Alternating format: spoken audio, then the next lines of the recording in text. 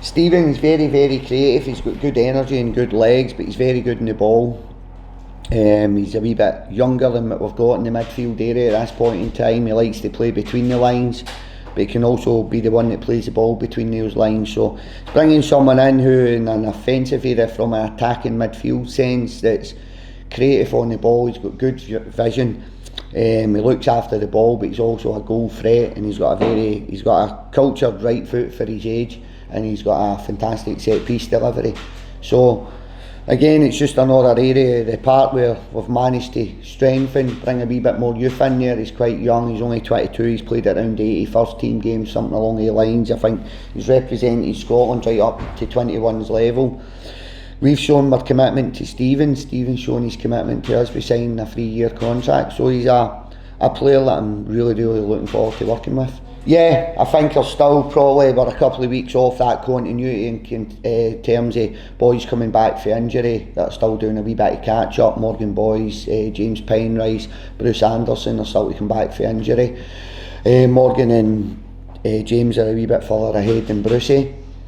But I think, and then Curtis Guthrie's only been in the building 2-3 days. Well, he was training the week before, but 2-3 days training game before the Dundee United game. And then we've got Stephen in the day training with us a day. So once we've got these 5 up to speed over the next couple of weeks, barring that there's no further injuries or suspensions, I think we'll be in a good place. I think it gives the place a wee bit of continuity. I think you've got young players in the building, or younger people than me.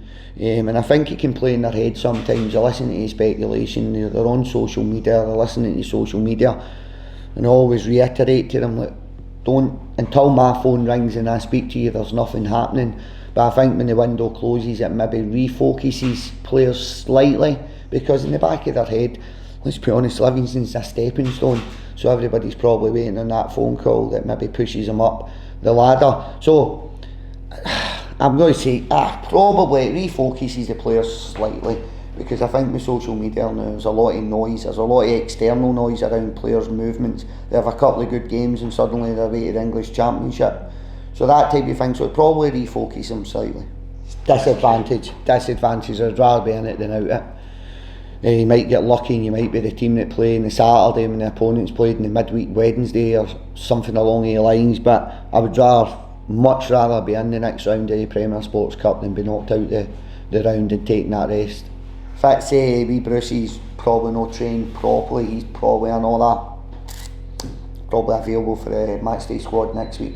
So Fitzy's suspension, and Bruce Anderson managed to bring Curtis Guthrie in, as we just spoke about there, and we've managed to secure Stephen Kelly yesterday. Probably allows us to rest Morgan Boys. I had him on the bench on Wednesday and it was probably a wee bit too soon. It was more a bench filler, if I'm honest. Morgan's had a big operation, a long-term injury, 3 months or so. So it probably allows us to dip Morgan Boys back out of the squad to get him some proper game time via the reserves and some proper training time and training loads with the first team. I said I'll get the boots on. I think Alan's been brilliant. I'd have loved to have kept him for another year, but I tried to help Alan as much as I could in terms of his decision making for the next step in his pathway. And I think Hearts and Alan are a great fit for one another. So he's a huge threat, but he's not the only threat that Hearts have got. I think Hearts and Robbie and Joe have assembled a very good football team, and I think third place, if not better, with a wee bit of luck's theirs to lose this year. I genuinely do believe that. That's not being disrespectful to anybody else. I just think they've got a fantastic squad.